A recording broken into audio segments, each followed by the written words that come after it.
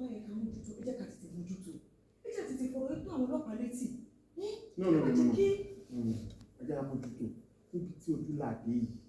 Nípa ìṣe bẹ́ẹ̀ náà ṣe tó ipò nínú ìlú yìí àwọn kan wọ́n wá fún ẹnu mú yín mọ́lẹ̀ wọ́n ní kẹ́ má ọlọ́pàá sí ọ̀rọ̀ yìí ẹ̀yin náà dẹ́gbà. Thank you. Action.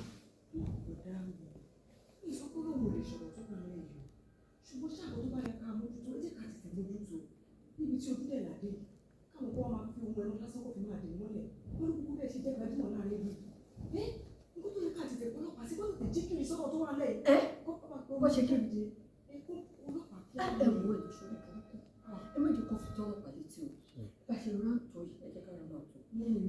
Àní mo nígbàgbọ́ náà lọ́run tí mò ń sìn pé ọmọ mi máa jáde. A ní kó máa pọ̀ ọlọ́pàá. Ẹ fọ̀rọ̀ ọlọ́pàá lẹ̀. Ẹ jọ̀ọ́ torí Ọlọ́run. Wọ́n ti ní ká máa fi tọ́lọ́pàá létí. Ẹ ṣe jẹ́ fojú mi rọ́mọ tèmi láyọ̀ àtàlàfíà. Ṣé kò mí dẹ̀ wà bẹ́ẹ̀ ni? Ṣé kò mí wà bẹ́ẹ̀? Bẹ́ẹ̀ ṣe ń sọ ni mo ṣáà ń gbé yín, mo ń gbé lẹ́yìn pé ká má pọ̀ ọlọ́pàá. Tó bá ṣẹlẹ̀ sí yẹn pọ̀ ọlọ́pàá kẹ́ advice ọkọ̀ yín pọ̀ ọlọ́pàá náà. Ṣé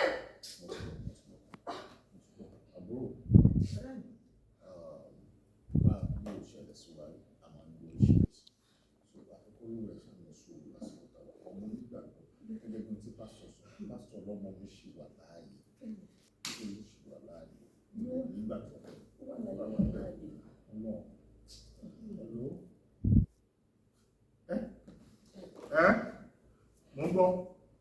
Ọjọ́ mẹ́ta. Ọjọ́ kan pẹ̀lú ẹ̀rù tí ń bà mí ẹjọ́ mo kọ́kọ́ fẹ́ pè ní question kan lọ́wọ́ ẹ̀ lọ kí ló ṣe ọmọ mi ṣọ́mọ mi wà lálàáfíà pẹ̀lú yín ṣọ́mọ mi wà lọ́dọ̀ yín. Ó wà lálàáfíà ẹ káwọn náà sọ̀rọ̀. Mojísọ́lá ọkọ mi ṣé kò sí ọkọ tó ṣe bá mi sọ̀rọ̀ ṣé wọ́n ọjà fún ọkọ ẹ ṣé wọ́n ọ̀nà ẹ jẹ́ gbà sọ̀rọ̀. Bàbá ẹ̀ ní abẹ́ bá sọ̀rọ̀. Mo ń gbọ́ mo wà bí. So máa text address yín. Okay sir. Máa gbọ̀ mọ́ yín. Okay. Now ọmọ pé ìwọ̀n àtà ọ̀rẹ́ 100 million ẹ máa fi gbà wọ́n then 50 million ọ̀rẹ́ ọ̀tẹ́bà níbi ọ̀rẹ́ ẹ̀ kò sí problem. 100 million ó jẹ́ 150 million naira. Okay ẹ bá mi send address ẹ jẹ́ send address ẹ send address ẹ.